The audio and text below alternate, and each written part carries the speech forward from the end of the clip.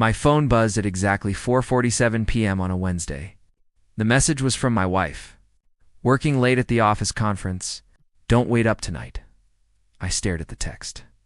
Conference? She'd never mentioned any conference. In our 8 years of marriage, she always complained about mandatory meetings weeks in advance. Yet here she was, dropping this like it was nothing. The timing felt off.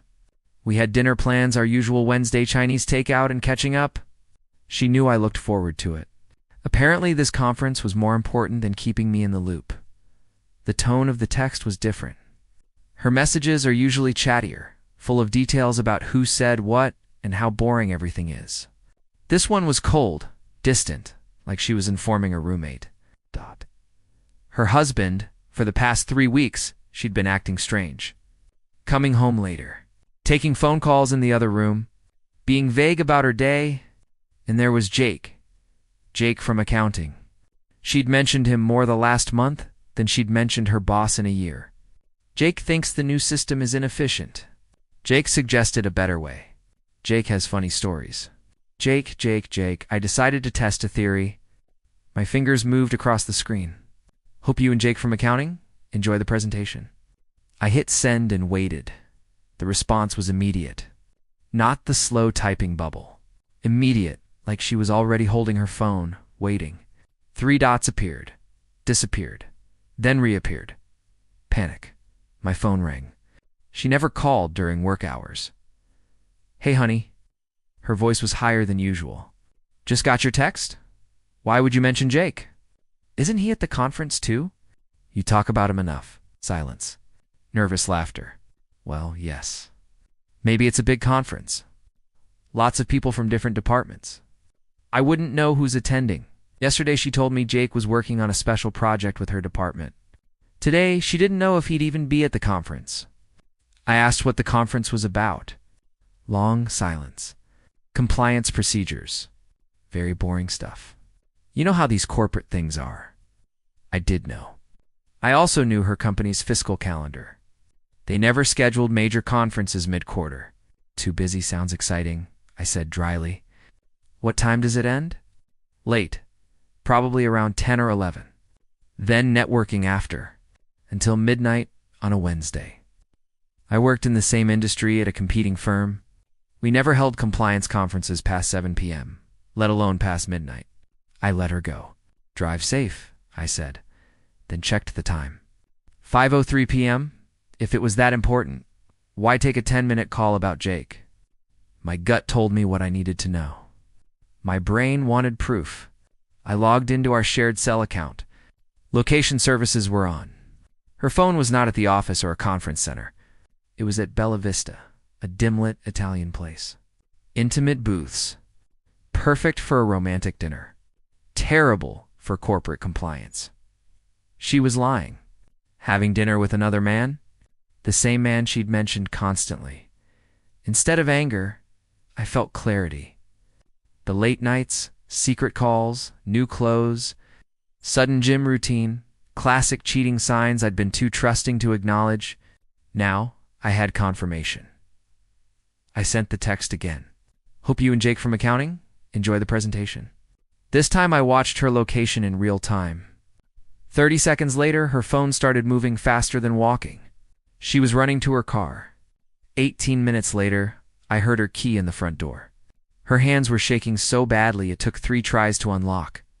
Honey, she called, voice trembling. I'm home early. The conference got canceled. Technical issues with the projector. It's too bad, I said calmly. Good thing you hadn't ordered dinner yet. She blinked. At the conference. Good thing they canceled before you ordered food. I smelled garlic bread on her coat. There was a fresh red sauce stain on her white blouse. How was Jake? I asked casually. Her face went pale. Jake? You mean Jake from accounting? She opened and closed her mouth like a fish. I don't know why you keep asking about Jake. I'm just curious. You mention him a lot. She forced a laugh that didn't reach her eyes. She excused herself to change. She took her phone with her and came back wearing a heavier perfume, one that tried to cover another smell. She kept checking her phone. When an unknown number called twice, she declined both times. At 9:30, she yawned dramatically. Exhausted from that conference dress, going to bed early, she didn't sleep. I could hear her whispering on the phone in the bedroom. When I walked past, she suddenly went quiet. Time for research. Social media made it easy. Jake Thompson, 29, single, posted a photo from Bella Vista at 7:23 p.m. A candlelit table for two. Caption, "Great dinner with a special someone." I took a screenshot and saved it. Tomorrow, I'd make calls. Tonight, I let her think she was clever. The best strategies require patience. The next morning, she was gone before I woke. A cold side of the bed. Note on the counter, "Emergency meeting. Back tonight. Love you." Her company doesn't call employees in for emergency meetings on a Thursday. I called in sick to work. For the first time in 3 years, I had more important things than quarterly reports.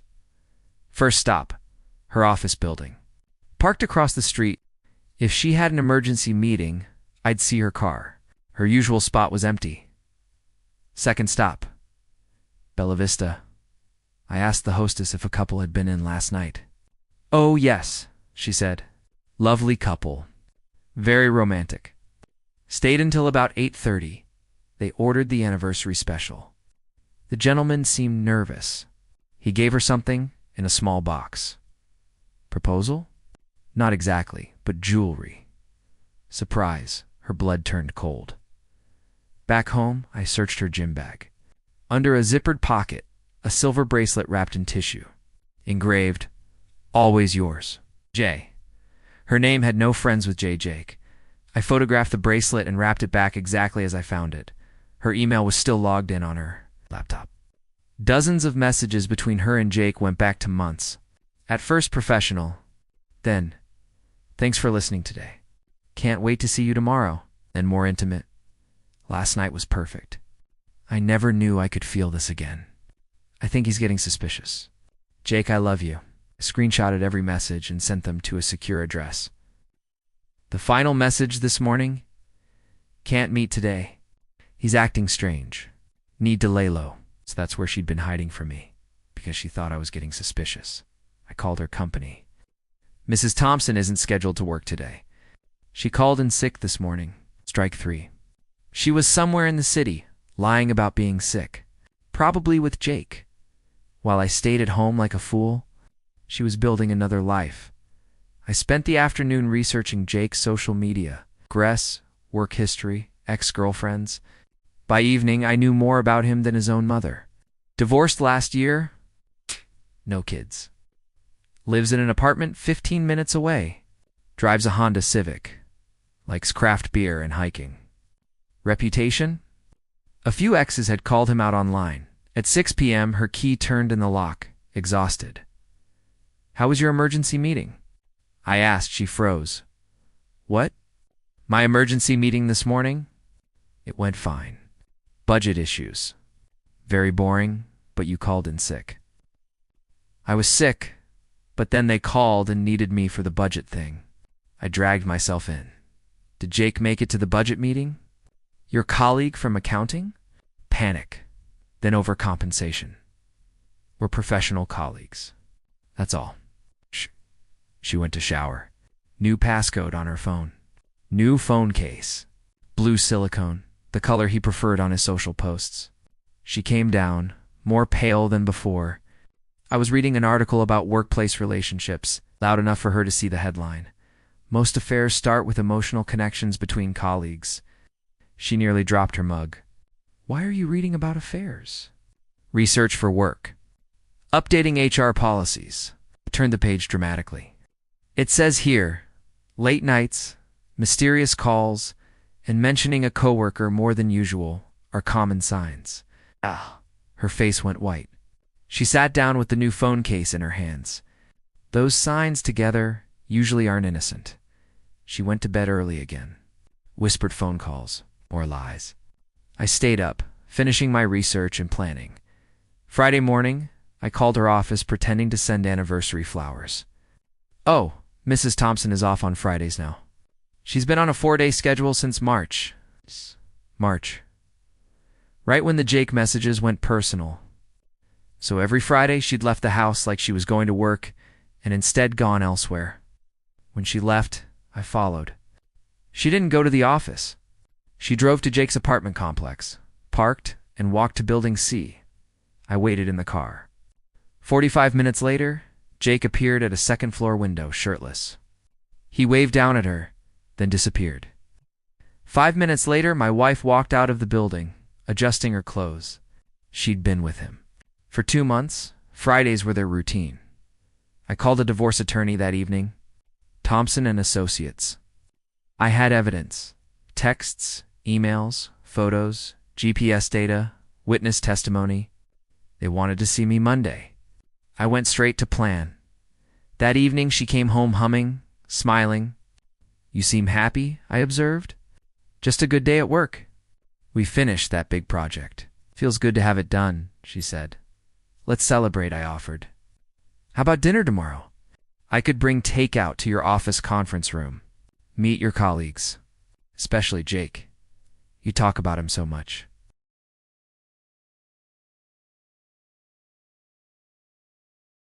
Her smile faltered. "Not a good idea. Office security. Or we can go on a spontaneous trip today. Drive to the coast. Okay. Walk on the beach. But first, can we stop by your office?" I left some papers in the car. She resisted. I insisted. The word husband made her flinch. She couldn't refuse without lying. We pulled into the company parking lot, nearly empty. The guard recognized her and said, "Mrs. Thompson doesn't work Fridays anymore." He was confused when I mentioned all her Friday meetings and late conferences. "We finished our quarterly reports 3 weeks ago," he said. "Submitted on the 15th. She was white as a sheet. I didn't yell. I didn't make a scene. I let the guard's words do the work. We drove home in silence. She tried to explain. "I've been seeing a therapist, a wellness program, therapy, meditation, group sessions. Which center? Who's your therapist?" "Let's call them now," she broke. "Okay, fine. I haven't been seeing a therapist. I needed time alone to think about our marriage. I went to Jake's apartment every Friday. How did you?" I asked. "I followed you today."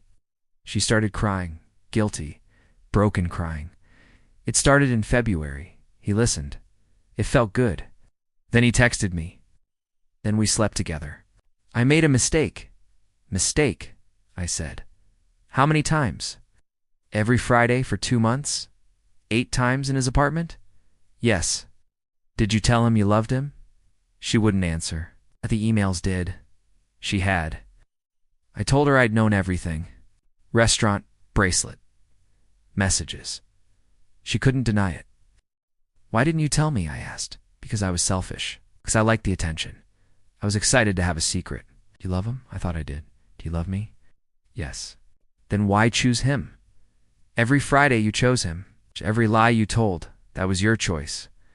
She begged to try counseling. To fix it, I listened. I thought about trust, about character. Sleeping with another man 8 times isn't a mistake. It's a choice. Lying every day for months isn't a mistake either. That's deliberate. "I want you out of this house by tomorrow night," I said. "When you're ready to tell the truth about everything, we can talk. But we don't have a marriage. We have a divorce to plan." I called the bank. "Remove her from joint accounts. Place a temporary hold requiring dual signatures." I called my lawyer. "File Monday. I have evidence." I told her parents. Her mother cried. Her father was silent. When she came downstairs with suitcases, I sat with a folder of documents, bank statements, account info. "As of tomorrow, you're financially independent," I said. She looked for fairness. "What about the house? The car? My retirement?" "Check the deed. The house is in my name, car. It's in my name. Retirement. She pleaded. "I didn't mean for this to happen. You did it every Friday for 2 months. Her phone buzzed. Jake was calling. I put him on speaker. "Did you know she was married when this started?" "Yes," he said. "It's complicated." "Not complicated. You knowingly slept with another man's wife. Now where are you moving in? When's the wedding?" Silence. He wasn't ready to catch her. He was using her. She realized, finally, that the man she'd left me for wasn't committed. She was on her own. That night she sat on my front steps begging for a talk. I stayed inside. I watched her leave. I felt nothing. No anger, no sympathy, just relief. The games were over. A few weeks later, she was hospitalized for exhaustion. Her mother called me asking me to visit. I declined. I had nothing to give her. Love had once existed, but once it's past tense now. 6 months later, the divorce was final. Her signed confession made it clean. No contested assets. No alimony. I used the time wisely. I lost 20 pounds, gained muscle, updated my wardrobe, took cooking classes on Thursdays, joined a Sunday hiking group. My social calendar filled. Work improved. I landed 2 clients and got a promotion. The house felt like mine again. I repainted the bedroom, turned her office into a home gym. I removed every trace of our marriage and replaced it with things I actually wanted. One evening, my phone buzzed. Unknown number. "Can we talk? It's important." I responded. "You made a choice. Live with it." Then I blocked the number. She tried again. She showed up at my door. I didn't answer. I was wrong. Jake used me. I'm sorry. I watched her walk away. He dumped her 2 weeks later. She lost her job. Parents were ashamed. She had nowhere to go. I felt nothing. Mild curiosity about how long she'd sit on my steps before giving up. After an hour, she left. Her mother called. "She's in the hospital," she said. "Breakdown, exhaustion, she keeps asking for you." "She's your daughter," she said. "Please help her." "I'm her ex-husband," I said. "We loved once, past tense." Later that afternoon, I went on a date. Coffee with a woman from the hiking group. Smart, funny, financially independent. No drama. I thought about who I'd been 6 months earlier. Naive, trusting, willing to ignore red flags because I wanted to believe the best. That man was gone. I'd learned to demand honesty, respect boundaries, and refuse to tolerate disrespect. The best revenge against people who betray you isn't anger or retaliation. It's living well without them. Ow. And I was living very well indeed. Our story has come to an end. If you made it this far, please subscribe. It helps us a lot. Hey. I picked 2 other videos you might like. Click one, and I'll see you in the next story. See you soon.